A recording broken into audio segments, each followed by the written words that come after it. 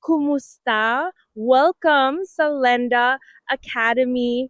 Sa module na to, pag-uusapan natin ang morning routine ninyo, kung ano ang unang titingnan sa dashboard tuwing umaga, tapos paano habulin ang mga overdue na loan bago pa lumaki ang problema. Tara, simulan na natin! Pagbukas ninyo ng Lenda sa umaga, ito ang unang silipin. Una, itong active loans card, makikita mo agad kung ilan sa mga tumatakbong loan ang overdue na. Tapos ang collections today, nagsisimula pa lang ang araw, kaya dito ninyo babantayan kung pumapasok na ang koleksyon. At ang penalty outstanding naman, yan ang naipong penalty na kailangan pang masingil. Mag-scroll tayo pababa sa Risk at Overdue Snapshot. Ito yung PAR view ninyo, ang portfolio at risk. Isang tingin lang, kita mo na ang bilang ng overdue na installments at loans, ang overdue amount, at ang penalty accrued. Sa top collectors naman, makikita kung sino ang nangunguna ngayong buwan. Ayan, si Maria Santos. Gamitin ninyo to para mag-decide kung sino ang ipapadala sa mga mahihirap na follow-up. Mula mismo sa risk card, i-click natin ang View Overdue List. Ayan, ito ang overdue page, ang worklist ninyo tuwing umaga. Sa taas, makikita ang summary cards, ilan ang overdue installments at ilang loans ang apektado, magkano ang kabuoang overdue amount, at magkano ang penalty accrued. Isang tingin lang, kita mo na agad ang laki ng problema. May nightly job ang Lenda. Tuwing hating gabi, automatiko nitong minamarkahan ang mga na-miss na installment at kinocompute ang penalties ayon sa penalty settings ng bawat loan. Pero kung gusto ninyong sariwain ang mga numero ngayon mismo, i-click lang itong Run Now, tapos i-confirm. Ayan, may lalabas na toast na nagsasabi kung ilan ang namarkahan at magkano ang penalty na na-accrue. Safe lang itong ulitin, hindi nito dinodoble ang penalties.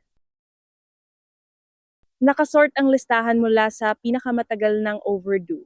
Pwede rin natin itong i-filter ayon sa aging bucket. Tingnan natin ang mga overdue na 30 days pataas.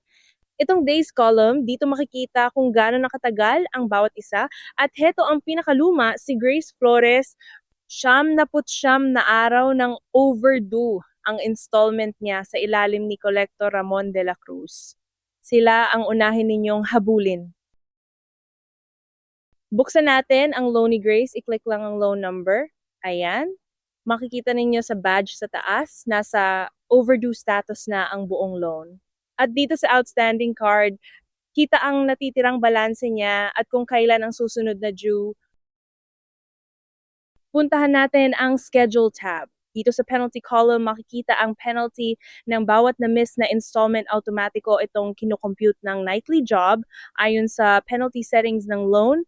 At kitang-kita rin kung aling installments ang overdue naka-amber kasi ang status nila. Kaya kapag nagbayad na si Grace, penalty muna ang unang babayaran ng allocation engine. Ang huling bahagi ng follow-up ang Field Visits tab. Dito lumalabas ang bawat pagbisita ng collector sa borrower. Kung wala siya sa bahay kung nangako siyang magbabayad.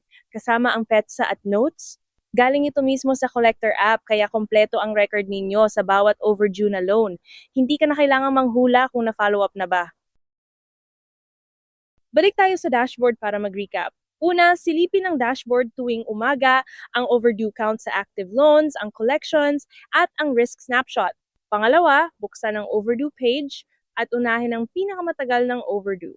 Pangatlo, bantayan ang penalty sa schedule at ang field visits ng mga collector. Sa susunod na module, ang collector app naman kung paano kumukolekta ang team ninyo sa field, diretso mula sa telepono nila. Kita-kita tayo doon.